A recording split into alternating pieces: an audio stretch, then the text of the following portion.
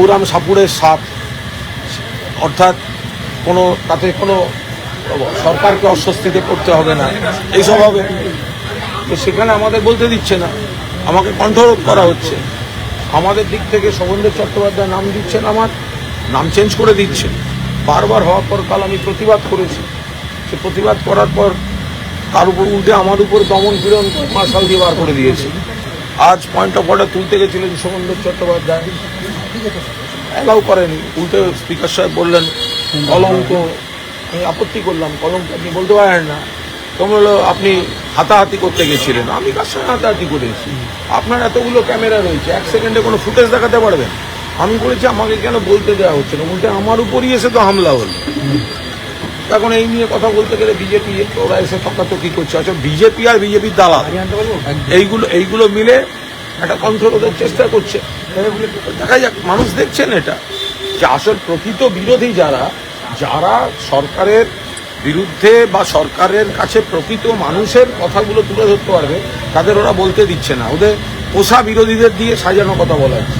Cockroach জনতা পার্টির যারা প্রকৃত আন্দোলন করছেন তাদের সঙ্গে তাদের প্রতি তো পূর্ণ সমর্থন বা তাদের যা যা করার সেগুলো মমতা বন্দ্যোপাধ্যায় আমাদের নেত্রী সর্বভারতীয় রাজনীতির ক্ষেত্রে যা যা ফলে যারা ওখানে সত্যি আন্দোলন করছেন তারা যদি কলকাতায় যখন কিছু করবেন বা তাদের যে আন্দোলন তার সঙ্গে তার প্রতি আমাদের নৈতিক সমর্থন পূর্ণ থাকবে। যারা আমি লাইনটা আমি বলেছি, ককরোচ জনতা পার্টি যারা ওখানে দিল্লিতে আন্দোলনটা করছেন, নতুন প্রজন্ম শিক্ষা দুর্নীতির প্রতিবাদে, নিট কেলেঙ্কারির বিরুদ্ধে, শিক্ষামন্ত্রী ধর্মেন্দ্র প্রধানের ইস্তফার দাবিতে যারা ককরোচ জনতা পার্টির যারা প্রকৃত আন্দোলন করছেন, তারা যদি কলকাতায় বা কোথাও বাংলায় কোনো আন্দোলন করতে চান সেখানে আমাদের সমর্থন থাকবে।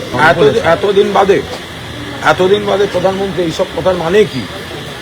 তো প্রথমেই বলা উচিত ছিল। এখন ছাত্র যুবরা জেগে উঠেছে, যখন কর্মপ্রার্থীরা, ছাত্ররা, পরীক্ষার্থীরা আন্দোলন করছে, গোটা দেশ সরব, সেই চাপে পড়ে এখন এই বিলম্বিত বিবৃতির কোনো মানে হয়?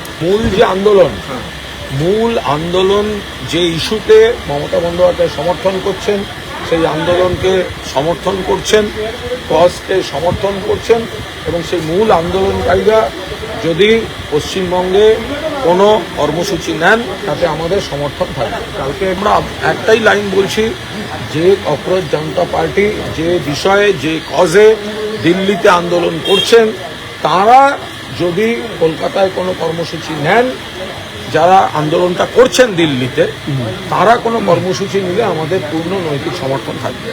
সারা দেশে কতগুলো ফাস্ট ট্র্যাক কোর্ট আছে, বিজেপি শাসিত রাজ্যগুলোতে ফাস্ট ট্র্যাক কোর্ট কি আছে? নারী নির্যাতনের ফাস্ট ট্র্যাক কোর্ট হয়নি।